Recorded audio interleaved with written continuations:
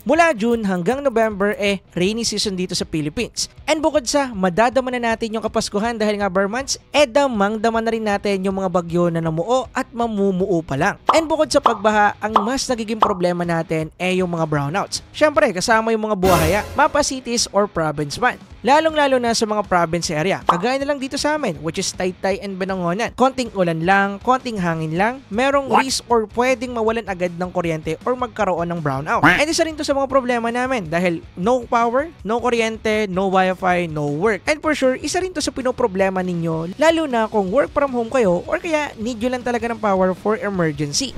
And meron akong nahanap na solution para sa problema na to. And ito ang EcoFlow River 3 Max Plus at isa tong portable power station. And sa video na to, pag-usapan natin kung bakit nga ba talaga mahalaga na meron tayong portable power station sa mga bahay natin. Kaya ngayon, tara, pag-usapan natin. Yes, itong EcoFlow River 3 Max Plus ay isang portable power station. Para siyang isang malaking power bank pero kaya niya magpatakbo or paganahin yung mga appliances natin. Gaya na lang ng TV, router, electric fan, rice cooker, PC, and even small window type aircon if badly need ninyo. Ang maganda pa dito, meron tong multiple charging ports and outlets. Bale, meron tayo ditong dalawang USB-A, isang USB-C, then meron tayo ditong isang AC outlet and then isang DC outlet para sa ating charging. Pagdating naman sa likod, meron pa tayo ditong 2 extra AC outlets and then isa pa na AC input outlet and then meron din tayo ditong solar input at saka meron din tayong USB-B UPS which is I like. And ibig sabihin lang nito, marami tayong pwedeng i-attach or isaksak dito sa power station na to.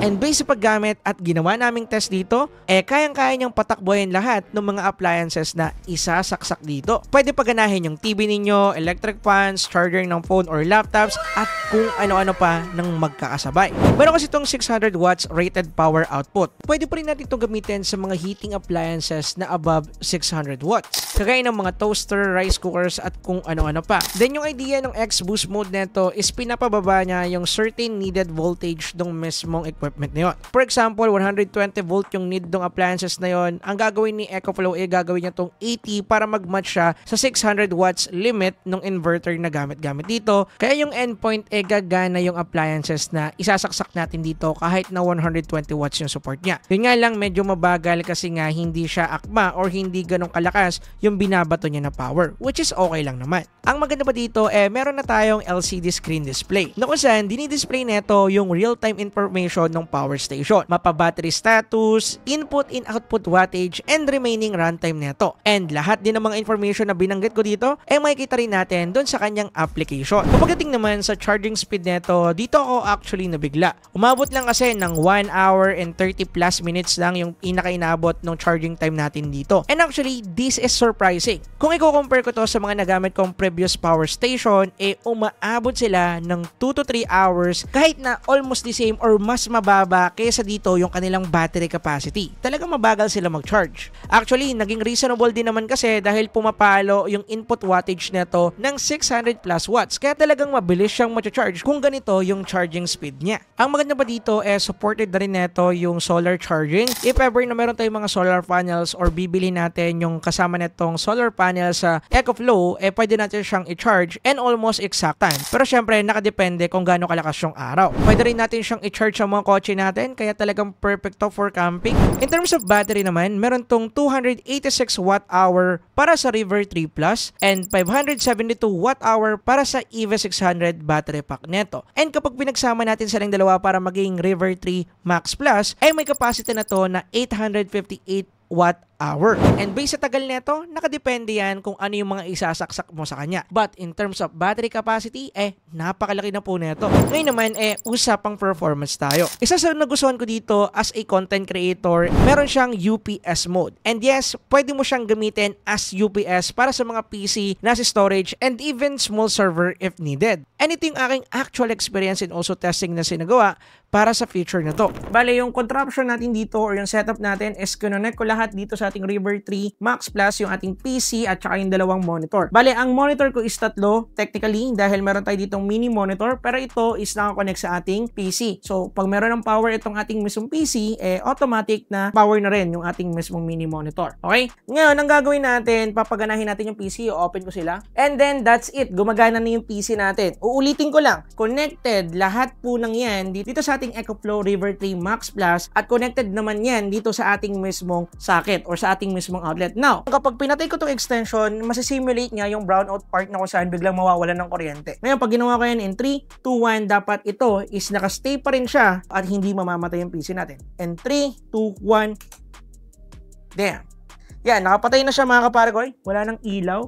And aalisin ko pa yung mismo saksak ng ating EcoFlow River 3 Max Plus. And then as you can see, nag-work yung ating mismong PC at makikita natin dito sa ating output, nasa 135-39 to 140 watts lang yung nakukonsume ng ating mismong whole setup. Just as I said, this is a triple monitor setup. Meron tayo ditong light at actually, nandito rin yung connected. Diyan, umangat siya ng 160 watts. Pumapalo din ng 167 watts. And then ito yung ating PC mismo. Yan, gumagana siya at lahat po yan is connected dito sa ating EcoFlow River 3 Max Plus. And yes, dito sa ating testing na to, confirm pwede natin siyang gamitin as our ABR. And yes, kayang-kaya niyang patakbuhin yung ating mismong whole setup. And kung titingnan natin dito sa pinakataas sa part, dito natin makikita yung tagal na pwedeng umabot or yung tagal na pwedeng naka-on yung PC natin gamit-gamit to. As you can see, nasa 5.8 hours, meaning pwede pa tayong makapag-work, pwede pa tayong gumawa ng mga bagay-bagay na kailangan natin gawin, or kaya i-save na lang natin i-shutdown yung PC natin. So, ang kagandahan kasi nito, unlike sa ibang ABR kasi hanggang 10 to 15 minutes lang. Dito, 5 hours. Matatapos mo pa yung project mo if ever, or kaya kung meron kang content na need i-edit or tapusin, magagawa mo yan. And as a tech content creator, super essential yan para sa amin kasi nga pag nawala ng kuryente, need namin ng internet, need namin ng PC at kung ano-ano pa. So, magagamit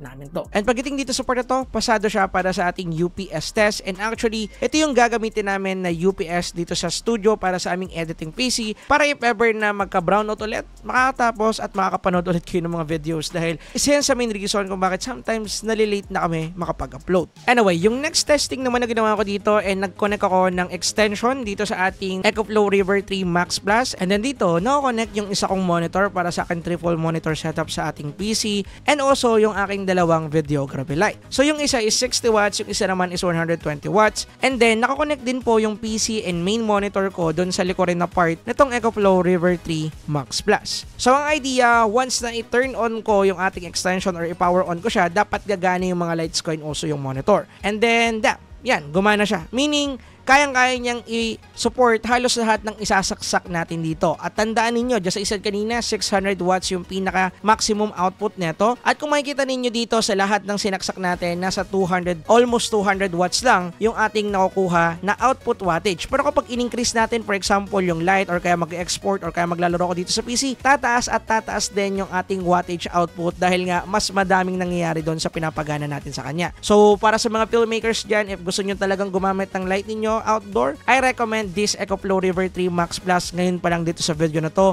dahil ideal to para sa atin. Then syempre, tinesting ko rin to sa electric fan at yan, gumana din siya. By the way, yung contraption natin dito or yung setup natin dito is isang electric fan and then yung mismong PC natin. And as you can see, gumagana po siya at nag-work po yung ating mismong EcoFlow River 3 Max Plus sa mga appliances na yan. And pagdating naman sa ibang mga devices, if ever na isa lang yung gagamitin natin, for example, itong router, aabot siya ng 2 to 3 days if ever na router lang yung isasaksak natin dito. Pagdating naman sa electric fan, if ever na electric fan lang, aabot ng 14 to 15 hours yung itatagal ng ating EcoFlow River 3 Max Plus. Pagdating naman sa mga phone, aabot to ng 2 hours. Actually, nasa 56.3 times yung pwedeng i-charge yung phone ninyo sa isang full charge itong power station na to. Kapag dating naman sa mga laptops, although wala akong gamit na laptops na pwedeng i-charge dito, pero based sa information sa website ng EcoFlow, pwede rin tayong mag-charge dito ng 11.8 times sa isang full charge nito. Which is kung okay tatanungin niyo, napakaganda nun, lalo na kung talagang wala tayong power. Anyway, meron na rin tong built-in LED light at meron tong tatlong mode. Actually, pwede natin siya makontrol using this physical button. Yung una niyang mode is dim light. By the name itself, dim light lang siya. And then, meron din siyang bright mode na kung saan mas malakas siya unlike dun sa dim. And lastly, is meron siyang emergency mode which is nagbiblink-blink yung ilaw. And actually, itong mga modes ito or itong LED light itself is napaka-useful na feature lalo lalo na kung mahilig tayong mag-camping or kaya gagamitin natin to in outdoor at medyo gabi na. Useful to kung ako yung tatanungin. Isa din sa nagustuhan ko dito ay yung pagiging compact and lightweight nito. May total weight kasi to na 4.7 kg para sa EcoFlow River 3 Max and 10.8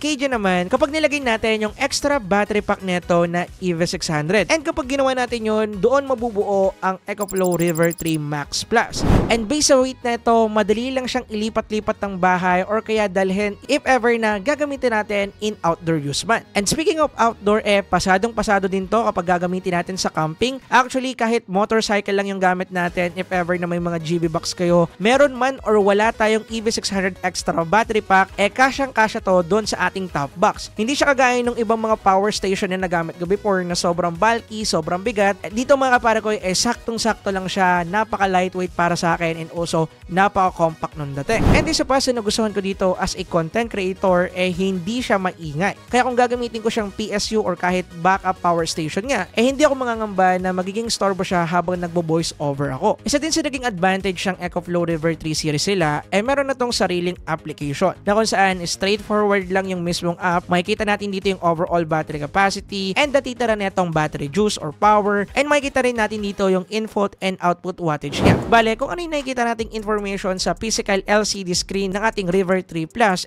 ganun lang din yung makikita natin dito sa application. And meron dito yung option na pwede nating makontrol yung ports neto and also yung LED light niya gamit-gamit din yung application. Pagdating naman sa protection neto, kung sakaling binabaha dyan sa area ninyo, wala din tayo magiging problema dahil waterproof and fireproof na to. And ang maganda ba dito, meron tayong IP54 rating para sa battery pack neto, kaya piniprevent neto magkaroon ng explosion or short circuit if ever na ma-expose at mapasukan ng tubig yung mga batteries neto. And yung kagandahan dito, meron din siyang drop resistant, kaya if ever na mabitawan or mabagsak mo to in 1 meter height, hindi siya basta-basta magkakaroon ng damage or masisira. Kaya makakaasa tayo na matibay talaga yung build neto at naglagay talaga sila ng mga protection para sa mga ganitong scenario, which is I like. And yung isa sa pinakamaganda dito, up to 10 years ng day-to-day na paggamit bago mag-degrade yung battery health neto to 80%. Hindi 70, hindi 60, hindi 50, just 80%. And naging possible yan dahil yung battery na ginamit dito lithium-ion phosphate battery cell.